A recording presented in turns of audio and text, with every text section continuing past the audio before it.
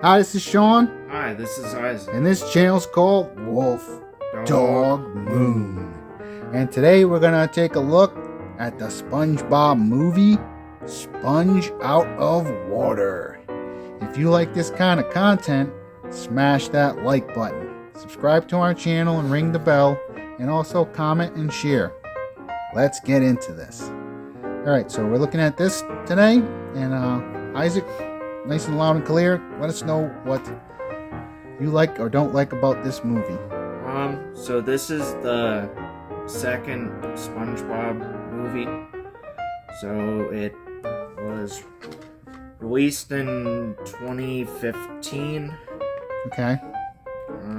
So this is, how many movies have they produced with the SpongeBob character? They've just done a third one. Oh, so they've done 3 movies? I heard it was terrible though. Oh, okay, you've not seen it? For the third movie. But you've seen this one? Yeah. Okay. And then you've seen the first one? Alright. So kinda after I'm going to show something. Can I interrupt for a second? I'm going to show you something right off the bat that you got to look out for stuff like this. Right here, where it says the best family film of the year. Okay? Now listen carefully. When you see taglines like that, not only is that subjective, but compared to what? It doesn't tell you. So any company can say and find some obscure magazine to say something like this. The best family film of the year. It can't say the best film of the year, because then there are all these other films that people would be able to name. So it's getting very specific, and that's a red flag. And it's also very generic. So yeah. Sell your game or sell your movie by talking about what it's about. Not, this is the biggest thing in the back of the box. And so right away I would say that's a red flag. Okay? So keep going. So kind of after they were destroying the series for a while for Nickelodeon, I think they got the original creator to come back for this, but it's still restricted for really what he was able to do for this. Alright, so it was a little too late. Too late by the time they knew the ship was sinking. Yeah, and so they called in out of desperation, probably. Because a lot of times ego gets involved, and why these things go awry, and why you end up with this kind of stuff. And their ego only allows them to bring in the creator. But there was probably other voices that they should have listened to when they were producing this. And another red flag, I would say right off the bat too, I've never seen this movie, but I've seen a lot of the SpongeBob cartoon, and I've also seen the first movie they produced. Yeah.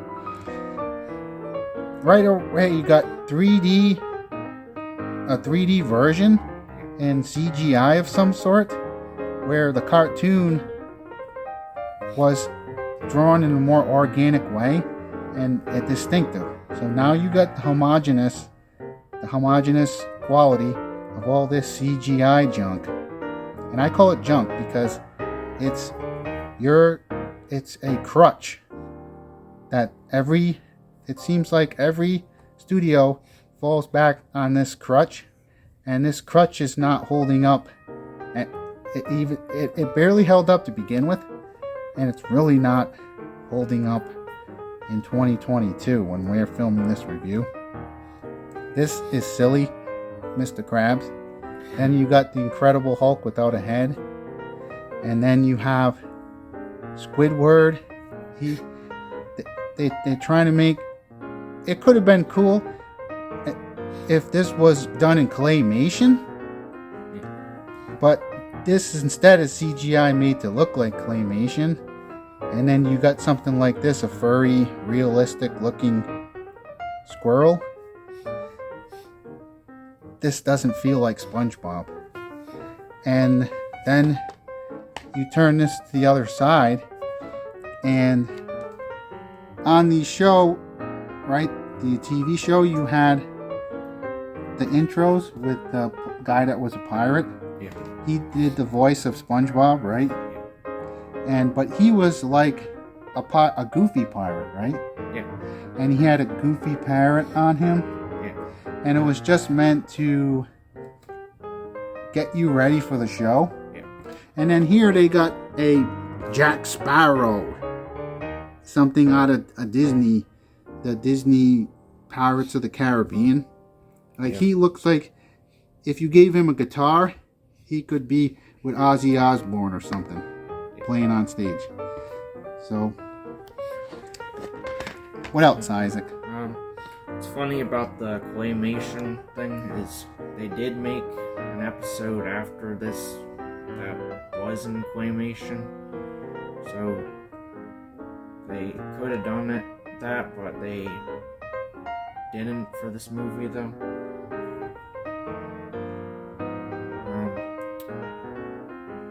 This movie is also, that's half of the movie is still in 2D, and like the last half is in CGI or whatever. Okay, and what I would say about that is you have people not getting along that are producing this, and you have one camp that they want to be like every other studio, creating this CGI garbage. And then you had the other part that they're sane people probably. They want to just continue doing the cartoon that made the SpongeBob successful in the first place. But then you have these generic weirdos that work in these companies that want to change it into something else. And most sane people would ask, why would you do that? And they wouldn't have any good answers, just so you know. They would give you reasons, but you can come up with reasons, for example, why you're wearing combat boots into the water when you're going swimming, but none of those reasons are going to be good reasons. Okay? So what else can you tell us about this? And for the new movie they came out with anyway, they went full into the CGI anyway, and I think the whole movie's CGI for that one. And I heard it was terrible.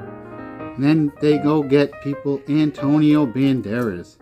It's like, why? Why are you...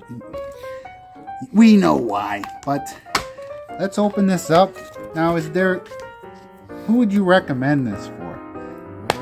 Would you recommend this for SpongeBob fans, or would you because to me this looks like it's designed for people who didn't watch the show, the SpongeBob show, and people who aren't interested in SpongeBob, and to try to get them to watch SpongeBob. Would you say that is the case, or accurate, or what's your feelings? Well, what I'd say about this movie is, I'd say it's like just a regular goofy episode that's just in movie length or whatever, and instead of being like a unique story that you like pretty much only pull off in the movie format, like the original movie. Okay. So you get a longer form, is what you're saying? So say this is just like a longer form episode? Alright, so if you're looking for something like that, and then if you're looking for, maybe if you're the type of person who would like to see SpongeBob done in CGI, and then you get to see Patrick in CGI, and maybe that's something you need to see, and so that it's a fresh way of watching SpongeBob. But to me, it's too much of a deviation, and you're losing the original spirit of the show. And I think you're becoming homogenous and wanting to be like everybody else in terms of studios or whatever. You end up with the same drivel and schlock that they're doing. Now, I personally wouldn't recommend this type of thing for SpongeBob fans. I think ultimately you're gonna walk away too disappointed. You're gonna walk away slightly like you're gonna walk away a bit confused in terms of what they were trying to achieve with this. And also, I think that I remember some of the amazing episodes like the Man Ray or Opposite Day, or when Squidward goes to a community. He gets tired of living next door to this weirdo. He hates SpongeBob sometimes because he can be so grouchy, and so he decides to sell his house and move into a community where everyone acts like him, and then he misses SpongeBob and Patrick and all the fun things that they do. Now he's the weirdo because he wants to have fun and stuff. So I think that was the quintessential SpongeBob. And so I feel personally like when you get to this point, now you're kind of, the series is going in a wrong direction. So I would recommend this maybe for someone who maybe has never seen the cartoon original, or maybe a handful of episodes, and wants to see it in CGI and is alright with them going in a wacky direction that may or may not make sense. And maybe the surprise for them is to see this character done in a different way. What's your final thoughts, Isaac, on this? So say this is like decent at best or mediocre or something of SpongeBob movie. It's not really like necessary as a movie, really. Maybe it could have been like a special or something instead. Alright, well, it definitely is going in a different direction. And probably if you've seen every single episode 50 times, and they're getting to the point where maybe they've exhausted all their creative ideas, and so they're like, heck with it, we'll just do a movie like this and see how people respond. But to me, a lot of times when it gets, this is like, to me this looks like for example, I'll use the movie Home Alone. The movie Home Alone is great, and it has a lot of organic moments and spontaneity and improvisation, and it's one of the best movies in terms of laughs and rewatchability. And then they created a sequel that, although it was really good, it wasn't as good as that first movie because it's all new and fresh. And then they started making other sequels that aren't worth watching unless you have nothing else to watch, or you just want another Home Alone movie. And that's what this screams to me. You just need another SpongeBob movie, and you're going to squeeze this sponge for every last drop out of it. So, any final thoughts? So, if you're looking for a SpongeBob movie, recommend watching the original movie over this. It's way better, in my opinion, than this movie.